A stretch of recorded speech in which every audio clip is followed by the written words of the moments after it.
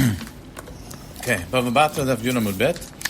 We'll be learning today a story that also appears basically in identical form in Psachim, but it's going to be springboard to a whole series of Agadot. I hope we'll have time to go through everything. And it's dealing with the question of near-death experiences. Right? So, it's a well-known phenomenon that there's cases of people who they go into, let's say, cardiac arrest, or they're on the hospital bed, and then they're dead medically for however 10, 15, 20 minutes, whatever it is, and they somehow come back to life. And then there's research that's been done around how they all, across all cultures, across all geographies, they all report a similar kind of phenomenon of a light and a vision from a kind, a benevolent deity and all this. So, whether, it's something real or it's a neurological phenomenon is not the point here. The point is that, the question that I want to deal with is, how does Rabbinic Judaism and how does Chazal relate to the idea of kind of moving from this world into the next world? As we know, we have this concept of Olam and that there is life after this world, but it's not really dealt with in any concrete way. We don't really know what it means or what it's like. But there is a particular story that's told here about someone who does have a near-death experience and reports back on what he saw when he was in the other world. And we use that as a springboard, in general, into a series of stories of various Amoraim who encounter the Malach HaMavet, the angel of death. Some of them are actually quite funny, these stories. We'll see. And in particular, Rabbi Shua ben Levi, who has a few stories throughout the Midrash where he kind of straddles the boundary between life and death. And again, some rather interesting stories. Okay, so we'll start with the Gemara in Bava Batra, Daf Yud Amud Bet. It teaches as follows. V'amar Rabbi Avahu, Shalu et Shlomo, Ezu ben Olam Haba. Amar Lem, Gol shekeneged zkenav kavod. So that's Shlomo HaMelech, who is someone destined to Olam Haba. And he said anybody who is honored in his old age. Right, that shows that he lived a good life and then he merits Olam Haba. Ki had Yosef b'rei Rabbi Yoshua, chalash. Okay, we'll see in parallel version of Psachim, it's talking about Rabbi Shua ben Levi. So Rabbi Shua ben Levi had a son named Yosef, and he became sick, V'ingid, and he was at death's door. He died. And then he came back then he regained consciousness. So Amar le'avua, ma'chazit. So Rabbi Shua ben Levi asked his son Yosef, what did you see? Amar le, he said to him, Olam apוך ראיתי, עליונים למטה, ותחתונים למעלה. No, he almost died, and then he almost fell down the sulam. Huh? Oh, that story from last week. The same story from last week? באנגלית, it's a near-death experience. That's what it's called. So his father asked him, what did you see? So he said to him, Olam הפוך ראיתי, I saw an upside-down world. עליונים למטה ותחתונים למעלה. Okay? So Amar le olam barur ראית. So his father said back to him, you didn't see an upside-down world, you saw the truth. Right? You saw a clear world. So what does this mean? We actually won't be talking about this much, but the Mefarshim, they talk about how the people in this world who are downtrodden, who are mocked, who are spit upon, they're the ones who have the highest places in Olam Haba. The ones who get all honor in this world are the ones who don't have a good place in Olam Haba. Okay? But then Rabbi Shua ben Levi says, but wait, as Talmidei Chachamim, we do get honored in this world. So that's kind of concerning. Right? Where were the Talmidei Chachamim in Olam Haba? So Amalei said back to him, don't worry. They're important in this world and they're important in the next world. Okay, so Talmidei Chachamim are good to go. It's Olam Apוך, except for that's why he asked, to clarify that, except for the Talmidei Chachamim. Also, if the Chachamim are in the middle, then Apוך they stay in the middle. Okay. And then Yosef continues. V'shamati shayu omrim, Ashrei ba lechan v'tamudo beyado. Praiseworthy is someone who comes here to Olam Haba, and he has his learning in his hand. Okay? V'shamati shayu omrim, and furthermore they said, Harogei malchut en kol bria yichola lamod b'mchitzatan. Right? Anyone who is killed by the government, so nobody can stand in their place. In other words, they have the highest honor in Olam Haba. So the Gemara, right. Okay, so the Gemara asks, Man Ninu, who is this referring to? So right, if you say this refers to, right, the Asar Uge Malchut, Mishum Aruge Malchut V'tula, Pshita B'lav Achinami. In other words, it's because Rabbi Akiva, it's because he was killed by the Romans, that's why he got to be in the highest place in Olam Haba. Surely he would have gotten there anyway. So Ela Aruge Lod. Okay, this is a story, because I had a lot of other Makar I didn't bring it. It's a story in Tanit and Daf Yud about Lulianus and Paphos. It's these two people who were killed by the government. They sacrificed themselves to save the city of Lod. So that's what it's referring to. Okay? So that's the story. In the Gemara Pesachim, it has a similar story. Vaya b'yom hahu lo ye'or yekarot v'kipaon. Sorry? So this is a pasuk from Zechariah, I believe. So it says, on that day in the future, you won't have light, rather you'll have yikarot and kipaon. These are phrases for darkness.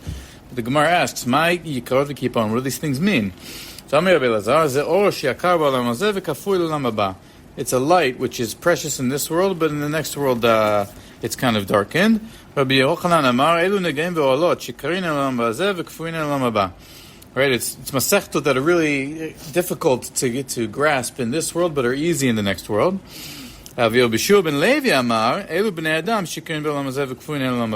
Levi says this is referring to people who are very valued in this world, but in the next world they're not valued at all. Rav Yosef Bered Rabbi Yeshua ben Levi Chalash Vidnegid Kihadar Amar Le'avu Amay Chazit Amar Le Olam Apוך Raiti Alin Mata ותחתונים למטה, etc. Okay, so Rabbi Yeshua ben Levi uses that lesson he learned from his son and applied it to this Agadic interpretation of this pasuk about cases where you have people that are different in this world versus in the next world. Okay? Wasn't he himself entered Gan Eden when he was alive? Okay, good. We're getting there. Okay, right. We don't know that yet, but we'll learn that shortly. Okay. And what's interesting is in Kohelet Rabbah, there's a slightly different version of this, where you guys will pick up on the differences, I think, pretty quickly. Rav Acha really wanted to see Rabbi Alexander after he had passed away. So Rabbi Alexander appeared to him in a dream. So he showed him two things. The Haruge Lud, nobody can stand in their place. That's what we said before. Okay, so here Rabbi Alexander is teaching Rabbi Acha the two teachings that Rabbi Yeshua ben Levi's son told him. But the difference is that Rabbi Alexander here is dead and appearing in a dream versus having had a near-death experience and then having glimpsed Olam Haba and coming back with the message. Okay? It continues, Zavdi ben Levi Rabbi Yeshua ben Levi. Okay, and then Zavdi ben Levi wanted to see Rabbi Yeshua ben Levi. Rabbi Yeshua ben Levi appeared to him in a dream. And Rabbi Yeshua ben Levi showed Zavdi ben Levi two groups of people, some with an upraised face and some with a lowered face. So Amar Le Umau Keden. So he asked him, "What's the deal here?" So Amar Lo Elu Shpneim Skufot Tamudam Be'adan, Elu Shpneim Nuchot and Tamudam Be'adan. The ones who have their learning in their in their hands, they're the ones whose faces are uplifted in Olam Haba. Okay, so we see here that it's a bit of a different version. It's a bit mixed up in terms of the nuances of the story, but it's clearly the same core idea. Rabbi Yeshua ben Levi still appears here, but it's in a dream, and it's also that part of it is instead attributed to Rabbi Alexander. Okay, just as an aside before we get into what Nathanael said, which is really the main idea here. So who was this Yosef, the son of Rabbi Yeshua ben Levi? So from what I was able to see, we don't actually know much about him, but there is this short teaching in the Gemara Kiddushin which says as follows: Yibailu b'no v'hu rabo ma'u she'amod avi mipanav. So it asks a halacha question. Let's say you have somebody whose son is a great Rav, much greater than him. So is the father supposed to stand before the son because he's a great Rav? Or is that not mechubad because it's his father, right? So Tashma, come learn, Damar B'Shua ben Levi, Ani kedai la'amod mipnei b'ni, ela mishum kvod beit nasi. So B'Shua ben Levi says, I am not going to stand up, I wouldn't stand up in front of my son were it not for the fact that my son married into the house of the Nasi, right? So what that teaches is that Rabbi Yeshua ben Levi's son Yosef had married into the house of the Nasi, and that he was a Rav of repute. Okay, but beyond that, I don't know how much we know about him. Yeshua ben Levi was the one that had all the arguments with the Rabban Gamliel. I had to fast on שאמר לו תבוא בתלמודך. No, that's Rabbi Yeshua. That's Rabbi Yeshua ben Gamliel, I think. Rabbi Yeshua ben Levi was an Amora. So was it the Rish Galuta, his family? Who's? The Nasi? I think the Nasi is like Hillel and Rabbi Yehuda Nasi, that line. Gamliel line? I thought the Was it still well, if it's Amorah, so yeah, you would think it's the Reish Galuta or the technically speaking, Sanhedrin has still held out until later on. All right. It was, after the Gemara was. There was still the smuchin, and there was still the So it's the term, the coin, the C is what exactly. The truth is, it's really just a side point. It's not really too important. It was just to show that this is Rabbi Yehoshua ben Levi's son. Okay, but very good. Okay, so we see here this idea that Rabbi Yehoshua ben Levi is connected somehow to the boundary between life and death through the story of his son, and then in the version of Koel Rabba, he himself, after he's already passed on, appears in a dream when he's already dead. But we'll see that there's even crazier attributions to Rabbi Yehoshua ben Levi in the following Gemara. Ki Ava Shachev, when Rabbi Yehoshua ben Levi was about to die, Amru le Malach HaMavet, they said to the angel of death, Zil Avid le. They said, go figure out what he wants and give him what he wants before he dies, because he's a big tzaddik. Azal itchazele. So the Malach HaMavet went to Rabbi Yehoshua ben Levi. Amar le, ichvi li duchtai. So Rabbi Yehoshua ben Levi said to him, show me the place in Gan Eden where I'm destined to go. So Amar le lechayai. So the Malach HaMavet agreed, said sure. So Amar le, Rabbi Yehoshua ben Levi continued, Havli sakinach. He said, give me your sword. Dilma mivaat li beorcha. That on the way I might be too terrified by the sword. So can you just give me the sword so that I won't be scared? So so the Malach HaMavet gave Rabbi Yehoshua ben Levi the sword. Kimata lahatam. So what happens? They get to Gan Eden. Daile kamach vele shvar nafal lehu gisa. Basically, the Malach HaMavet lifted Rabbi Yehoshua ben Levi up over the wall of Gan Eden to show him where he was destined to go. Rabbi Yehoshua ben Levi, with that, before the Malach HaMavet could stop him, jumped up and fell over into the other side, into Gan Eden, alive. Right? Nakte bekarna deglime. The Malach HaMavet managed to grab the end of his cloak, Rabbi Yehoshua ben Levi's cloak. So he's like on the other side of the wall, but the Malach HaMavet is grabbing onto him. So Amar le b'shuata de la atina. So Rabbi Yehoshua ben Levi says, I swear to you, I'm not coming back. This is it. I'm making the break for it. So Amar kucha brichu. So then HaKadosh Baruch Hu intervenes and says, I ishtil ashuvata nedar ve'ila lo nedar. If Rabbi Yehoshua ben Levi ever made a shvuah in his life and reneged on it, so then this shvuah also can be reneged, and we can force him to leave Gan Eden. But since he swore that he's never turning around and going back, if he never broke a vow during his life, so then there's nothing we can do. What? Is he a man of his word? Right. If he's a man of his word, then you have to let him stay. Exactly. So Malach HaMavet. That's the only thing he had to say. He always were too late. Yeah, that's his reaction to this episode. So Amar le, so the Malach HaMavet, who's obviously infuriated at this point, so he says, Havli sakina. He says, give me back my sword. Right? So it's more of a dagger, and then you understand the connection. Or a scythe. Cloak and dagger, by the way. Or a scythe. Yeah. If you want to. Yeah. Okay. La hava ka'avile, but Rabbi Yehoshua ben Levi refused to give it back to him. So nefaka bat kala v'amar le havni ale demidata liberata. So then a bat kol came out. It's interesting, but just in and of itself, it's a bat kol, and then HaKadosh Baruch Hu in the previous sentence. So what happened to Rabbi Yehoshua ben Levi? So the bat kol said, bat kol said to Rabbi Yehoshua ben Levi, "Are you allowed to stay? But give the Malach HaMavet back the sword because he needs it to, to kill other people." Why? Yeah. Do you have a question on this Gemara? What is unclear? Instead of Kadosh Baruch Hu, a Bible usually comes out to earth. A bat kol comes out to earth. There's many questions. First of all, where's Gan Eden? In other words, what is going on? Where is Gan Eden? What is Gan Eden? What's being referred to here? Technically, Gan Eden is supposed to be between four rivers, somewhere in the, in the Fertile Crescent, right? But It's not a real place, guys. Move on. But we see here that it's referring to some otherworldly Gan Eden by the continuation of the story. So now Rabbi Yehoshua ben Levi, he pulled it off. He's in Gan Eden, okay? Alive. Eliyahu announces before him, Panu makom levar levai, Panu makom levar levai. So Eliyahu announces, make room for, Ben Levi. So what happens? Azal ashkechel Rabbi Shimon ben Yochai, Davi yativ al tlat asar tachtake Pisa. So Shimon Bar Chai, who's dead, 13 was pizzas.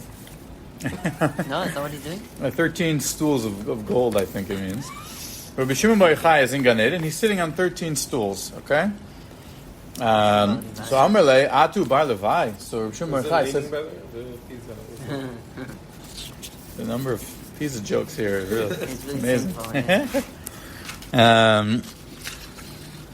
Right. Amarle Atu Bar Levi. So Rabbi Shimon Bar Chai sees Rabbi Shimon Levi, who lived a few generations after him. So he says, "Are you Ben Levi?" Amarle Hen. He said to him, "Yes." Nirata keshet beyamecha. Right? Has a rainbow been seen in your days? So Amarle Hen. He said, "Yes." So Rabbi Shimon Bar Chai said back to him dismissively, "Im ken iyata bar Levi."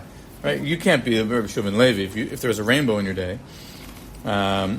We'll see why in parallel versions of the story. But the Gemara here adds... Read why. Why? You just read on Shabbat. The reason. נתתי פשטי. Every time there is a מחלוקת, if there is a rainbow, does it mean that there's בחור? בדיוק. כעס או לא כעס? Well, he's saying if there was a rainbow... זה אומר שהקדוש ברוך הוא רצה להחריב את העולם, בזכות נוח הוא לא עשה את זה. Right. Rabbi Shimon ben Yochai is saying if there was a rainbow, then you're not Yeshua ben Levi. If you were really Yeshua ben Levi, there wouldn't be a rainbow. Because for you, Okay, good. Right. Your schut should be instead of a rainbow, right? And the Gemara adds, it says Velohi. It says it's actually not true. Rabbi Shimon ben Levi lied. There wasn't a rainbow in all the days of Rabbi Shimon ben Levi. So why did he say there was? Wait, let's take right? You want to brag. Right? You want to take the credit. You're allowed to lie in that case. The story continues. Rabbi Chanina bar Papa shush b'nei hava. Rabbi Chanina bar Papa was best friends with the Malach HaMavet. Okay, when Rabbi Chanina bar Papa was about to die, so they said to him, Zilavi le'yote, go see what he wants. So the Malach HaMavet went to him. Sounds familiar, right? Amar le'shivki tlatin yom ad nihada talmudai. So Rabbi Chanina bar Papa said, give me 30 more days so I can review all of my Torah. Why? 30 days. What? 30 days. 30 days. The Amrei, because they said, Ashrei mi ba lecham v'talmudo miyado. Now, who's the Amrei here? Who said this? Rabbi Yeshua, no? לא. הבן של רבי יהושע בן לוי. This was what, in the version called it Rabbah, it was Rabbi Alexander, but in the Gemara in Bava Batra, it was Yosef, the son of Yeshua ben Levi. He had a near-death experience. He came back, and he said to his father, by the way, they say in Olam Haba, Ashrei mi ba lecham v'talmudo biyado. Rabbi Chanina bar Papa, who's about to die, says to the Malach HaMavet, they say if you go to Olam Haba, Ashrei mi ba lecham v'talmudo biyado. So give me some time to be Talmudi biyadi before I go. Okay? So the Malach HaMavet says, Shafke, so he left him alone. And he came back after 30 days. So Chanina bar Papa said to the Malach HaMavet, show me the place in Gan Eden where I'm going to be. Amalei l'chai, she said, sure. Amalei havli sakina, ch'dil mavati le'borecha. So he said to the Malach HaMavet, also give me your sword, because I'll be afraid. So what did the Malach HaMavet say back? Amalei, kechavrach ba'ed le'mebadle. I mean, you think, fool me once, shame on you. Fool me twice, shame on me. It's like that meme, I see what you did there. Right. It's like, you think this is going to work again? Like, come on. Yeah. So it's great. Yeah. Anyways, How do you know that story if he didn't come back? So it continues and talks about Rabbi Bar Papa actually doesn't make it into Gan Eden alive because the Malach HaMavet wised up to it, and there's a whole continuation there. But that's the story here. So what do we see from here? First of all, that Rabbi Shimon ben Levi went into Gan Eden alive. And there's other midrashim that talk about he was one of the few people that ever went to Gan Eden alive. There's like a list of people, and also this idea of Ashrei mi ba lecham v'talmudo biyado, which we saw in Bava Batra, his son told him after his own near-death experience, is now used in like a parallel story by Rabbi Chanina bar Papa, like a generation or so later. By the way, this is interesting. You can think of it on that end, because we learned from both these stories that the tool that the Malach HaMavet wanders around with is a dagger. Mm-hmm. Because usually in popular culture, you usually think of him as having like the Green Reaper, like plow. He comes to plow. So just another idea you learn from this is. Yep. Our version is it's like It's like Rav Chaim Navon when he wrote a book called Chava Lo Achlat Tapuach.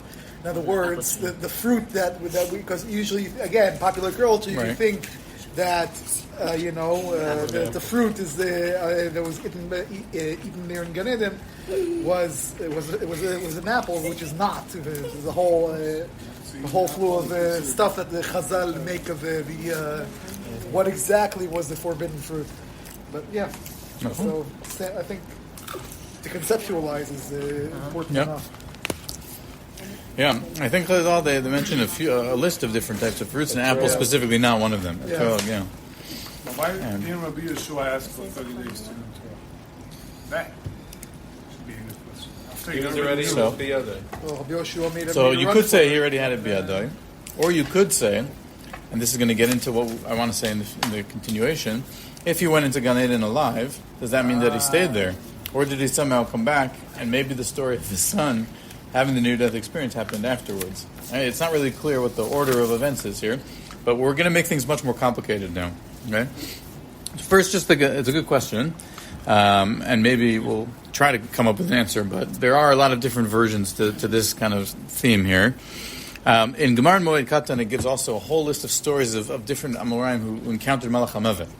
Rabbi Elazar v'kachil truma. So once Rabbi Elazar was eating truma, itchazele, amarle truma ka'achilna, v'lav kodesh yikrei, chaf v'leshata. So the Malach HaMavet came, so he said, I'm eating truma. Like, you're going to come when I'm eating truma? So the Malach HaMavet left him alone. Okay? Rav Sheshet itchazele b'shuka. Rav Sheshet, Rav Sheshet was in the marketplace. Okay, Amar le b'shuka kebehema. You're gonna come take me in the marketplace like an animal. That's what you ita the gabi beta. Come take me to the house like a man, right? That's what Sheshet says to the Malach HaMavet. Meet me in the parking lot. Right, exactly. It's a mamat. Take it outside. Let's take it outside, or let's take it inside. No, he's saying like, what does it mean when the Malach HaMavet is coming? It means you're gonna die now. So Right. the first time he's like, Truma, it's kadosh, ma, yeh po hashav nevela, alach kol ha-truma. Right. And the shuk is like, I'm just gonna fall, collapse here. I'll go home, sit down with my coffee, and then kill me. Right. Yeah. That's what he's saying. But It's like I'm not a behema. It's just I'm funny. It's very funny. נכון.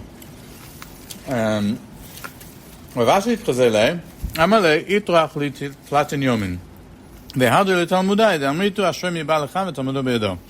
Ravashi, the Malach HaMavet appeared to him, and Ravashi says, or B'chanin Bar Papa said in Ketubot, give me 30 days so I can review my learning.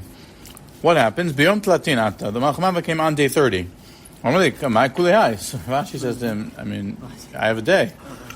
Kadachta ragle devar natan ve'en malchut nogad b'chaverte afilu kimlo nima.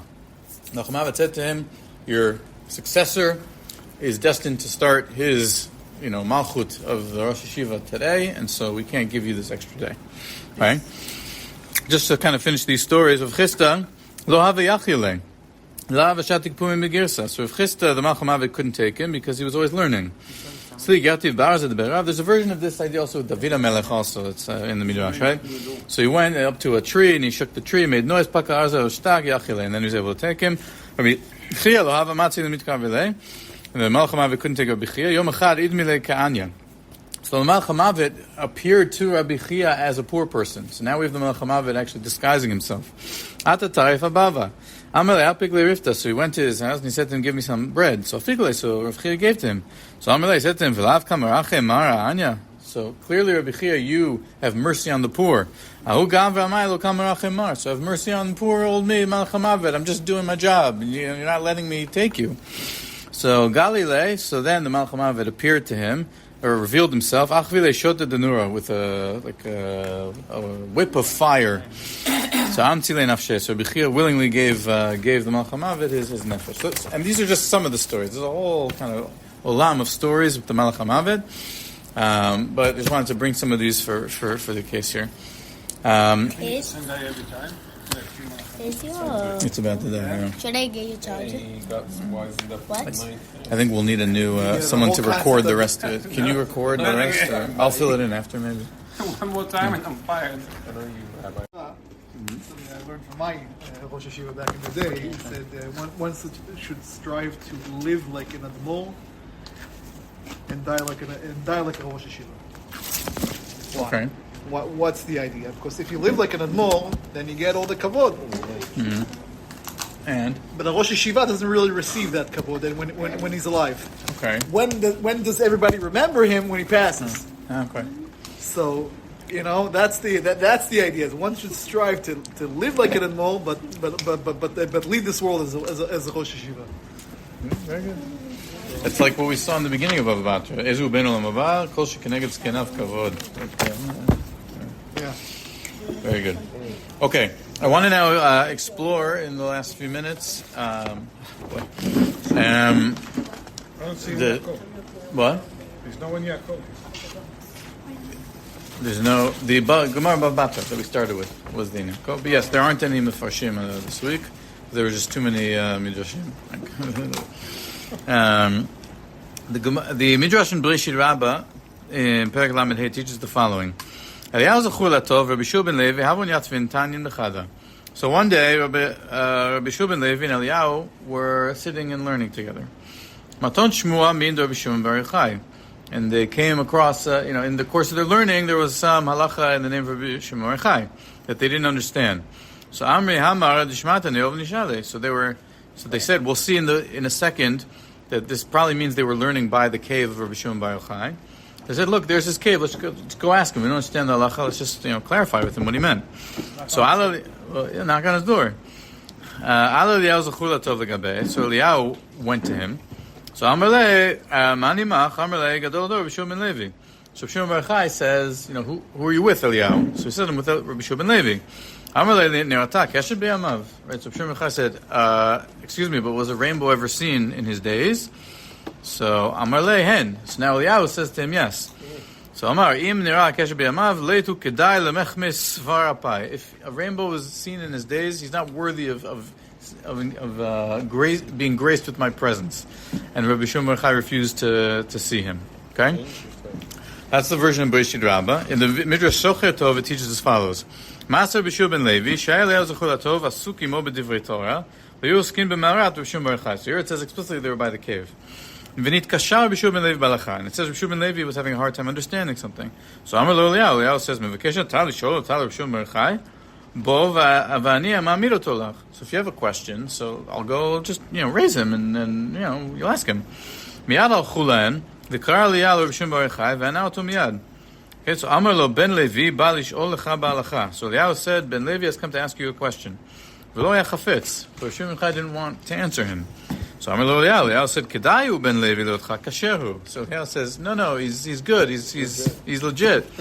So Amar Lo, so Rabbi Shimon bar Yochai said to him, Ilo ayat tzadik lo nirata keshet b'yamav. Right, if he was legit, then he wouldn't have had the rainbow. V'af al pi chen kol yamav shel Ben Levi lo nirata keshet. And here the Midrash Socher Tov says, but in truth, there wasn't in other words, we saw the version in Ketubot, Rabbi Shua ben Levi lied about himself and said, there was a rainbow in my day, but really there wasn't. He was just being humble. The version of Bereshit Rabbah just says, Eliyahu says there was a rainbow in his day, and it doesn't qualify whether that was true or not. The version of Midrash Socher Tov, Eliyahu said that there's no acknowledgement if there was or was not. Rabbi Shimon bar Yochai says if he didn't see one, there was one, and the narrator kind of says there wasn't one, by the way, just so you know. He thought there was because he doesn't want to see him. Right. Maybe use that as an excuse not to see him. Exactly. By the way, another question. Isn't it that Eliyahu himself is the one who's supposed to solve the hard questions? Okay. It says Nitkashar Rabbi Shua ben Levi Balacha. So Eliyahu may have understood it. You would think that Eliyahu himself could have done it. Then why? Teiko. It's a good question. Right, take it to the question you're raising. Very good. I'm just putting it out there. It's a meta take. So the question I want to raise here is: here we see Rabbi Shua ben Levi outside the cave of Rabbi Shimon bar Yochai. Rabbi Shimon bar Yochai is saying to him, "Oh, the rainbow and this and that." The version in Ketubot, he jumped over the fence of the wall of Gan Eden. He saw Rabbi Shimon bar Yochai in Gan Eden, and Shimon bar Yochai said to him directly, "Oh, did you see a rainbow in your day?" So there's two ways to understand this, right? One way is to understand that it happened twice. In other words, Shimon bar Yochai asked twice about the rainbow, once in Gan Eden and once outside of his cave. That's how he knew. Huh? That's how he knew. And that's how here he knew. Okay, you could say that, right? Or you could say it's kind of some tradition that, in other words, that there's two different kind of midrashim that are a bit at tension There with was each other. like a dusiyach, and it or happened there or happened here. Yeah. Well, there's another big kashi on the one that he, how could he lie in places called Olam Haemet? Because he was alive. He was alive, so he was in a position to lie in Olam Haemet. Yeah. Interesting. Okay, interesting claim. Yeah. Okay, so the Mefarshim have a hard time with the question I just asked. So we'll see just quickly what the Fei Torah and the Marazul each suggest. So the Fei Torah says, why wasn't he kicked out at the same time? Of Gan Eden? Because the Rambam, the Rambam. When Okay, so hold that question.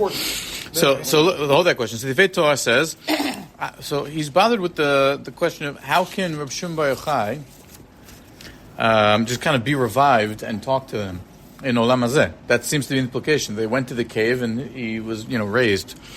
So Afki Nishmata Adam Achrei Moto Ta'aleh Lemala.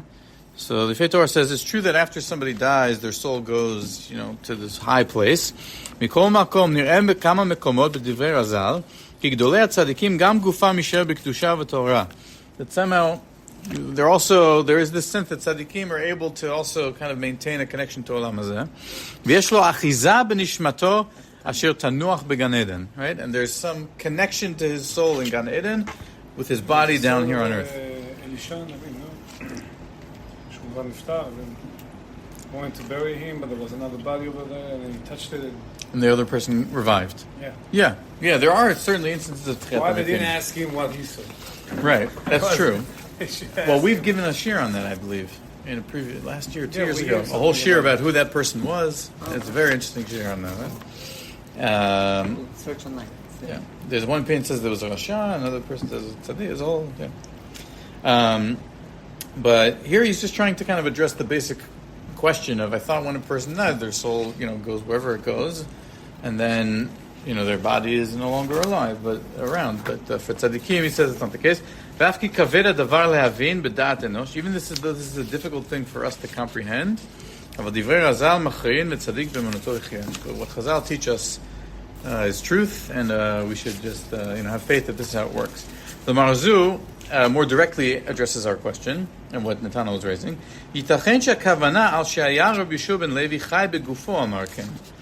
Right? I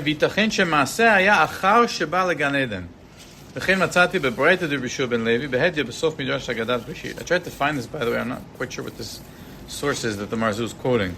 But the Marazul is the one, he says, I thought Rabbi Shua ben Levi jumped alive into Gan Eden and had this whole discussion with Shimon Bar Yochai. Now you're telling me in this Midrash in Bereshit Rabbah that they revived Rabbi Shimon Bar Yochai in his cave. So he says it must be that after Rabbi Shimon Bar Yochai went to Gan Eden, at some point he came back into the world, and then this story with Rabbi Shimon Bar Yochai happened. Right? He says that explicitly. So, the Gemara, with the story of him jumping over the fence into Gan Eden, doesn't say anything about him ever returning. But ostensibly that's what. And it's also what I think the support that we can bring for that is, again, that, after he goes to Gan Eden, there are stories that we saw, with his son, coming to him and saying, and then he passed that on to his descendants, and he appeared in a dream and said, that it also makes sense kind of chronologically, again, if you're trying to say that these are different stories and all happen together. The question is why Rav Shimon Bar Yochai was so worked up about the rainbow that he would ask it twice. But we already kind of discussed that. Just to try to conclude, so the Gemara in Sanhedrin has another story of Rabbi Shimon ben Levi and Eliyahu at the cave of Rav Shimon Bar Yochai. And this is a very famous story, particularly for the Hasidic-minded among us. So Rav Shimon ben Levi, Ashkach le'Eliyahu, da'avakai apitcha b'damata Rav Shimon Bar Yochai, amar le'atena la'amadate. So Rav Shimon ben Levi asks Eliyahu Navi, do I have a place in Olam Haba? So amar le, im yotzeh adon hazeh. Right, if the master wills it. Okay? So what does that mean? תכף נראה, כי זה היה במערה, רבי שמעון says האדון הזה. He say האדון הכללי. So, I think it means HaKadosh Baruch Hu, but we'll see in a minute. Amar Rabbi Shua ben Levi, Shnayim Raiti v'kol shlosha shamati. It's not really clear what this means. He says, I saw it was me and Eliyahu, but there was this third voice that was there during this discussion. Does that mean Rav Shua ben Yochai? Does that mean Hashem? It's not really clear. Anyway, he continues, Amar le emat ate Mashiach. Right, so Bishub ben Levi asks Eliyahu, when's Mashiach going to come? Akat Imar and all this. The whole story, Azal Gabe, he sees Mashiach, Amar le, Shalom Alecha Rabbi Umori. So he sees Mashiach, Amar le, Shalom Alecha Bar Levi. So Mashiach answers him. So Amar le, emat ate Imar, right, when is the master coming? Amar le, Ayom, today. Azal Gabe Eliyahu. So Bishub ben Levi goes back to Eliyahu. Amar le, Mar Amalach. So Eliyahu says, what did Mashiach say to you? So Amalei, Shalom Alecha Bar Levi. He said to me, peace be upon you, son of Levi. So Amalei, so that's proof that you have a place in Olam Haba from the fact that the Mashiach greeted you in that way. It means that you have a place in Olam Haba. I forgot to say it's coming today. Right? So look, but now it says, Amalei, Aval Shakurik Ashakubi. How do you know? Because he lied. The Mashiach lied to me. Amalei Ayom Atena. He said he was coming today, he didn't come. Right. Right? It means if you listen to the mitzvahs, then Mashiach will come. Eliyahu says he didn't understand the word of Mashiach. Okay, fine. But we see here another story of Yoshua ben Levi and Eliyahu outside the cave of Rishon Bar Yochai. Rishon Bar Yochai may be being around, depending on how you read the Shlosha Ra'i'ti. And dealing with issues of Olam Haba. In other words, here it's a discussion about Olam Haba instead of summoning Reb Shimon Bar Yochai from Olam Haba. But again, there's like this theme that permeates all these stories, and like whether they all fit together or not is kind of interesting. I just want to just kind of really wrap up hopefully here. I like this idea. The Maharsha, he has like a diuk on that phrase that we said before, Vashremi Shebalakan v'Talmudo biyado. Right. So what does that mean? Pshat? I mean, someone who learns, right, and he has his learning. But the Maharsha says, "Yesh lefaresh ki ikar alimud v'shenasa bo roshem hu alimud haba miktivat yad." That he's b'dayek. It says Talmudo biyado. That it's like it's a written. Asher al ken nikru chachamim sofrim. Right. In other words, like, what does it mean? Ashrei, someone who comes to Olam Haba Talmudo biyado. He comes. Yeah. Don't just say like Mishnah that you already know. Right. In other words, you have chidushim and that it's like written down. Like actually, you write. You come with your sefer that you wrote and you published or whatever it is. That's your ashrei, your zchut in Olam Haba. You're allowed to bring your computer with you? Your laptop? Your hard drives. Your ChatGPT. Well, it's already written in the cloud, no? That was the cloud. That's very good. The cloud. Oh God. That's the whole reason Rabbi Yoshua ben Levi didn't have a cloud. The cloud of the rainbow. There's too many connections. I can't follow it. It's too many puns. So I thought this was an interesting diuk of the Maharsha because Rabbi Shua ben Levi, okay, in one place he was a big balagada. That was his main claim to fame. Right? He also dealt with halacha, but he was a big balagada. So he says in one place, I'm Rabbi Shua ben Levi in the Yerushalmi. So hada agadata akotva en lo chelek v'adorsha mitcharech v'ashoma eno mekabel schar. Rabbi Shua ben Levi said, Let's clear the shir. Let's read the. So he, who's a big Baal Agadah, he says anyone who writes down Agadah has no chelek in Olam Haba. In other words, it's meant to be something that's, oral, flexible, however you want to understand what he's trying to say here.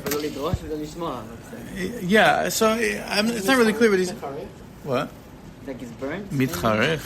No. I'm not sure what mitcharech means. Charech, that means you get burnt. You get Right. So again, it's not really clear what it means, but what I'm specifically interested in, he says akotva en lo chelek, right? That someone who writes down his agada has no place.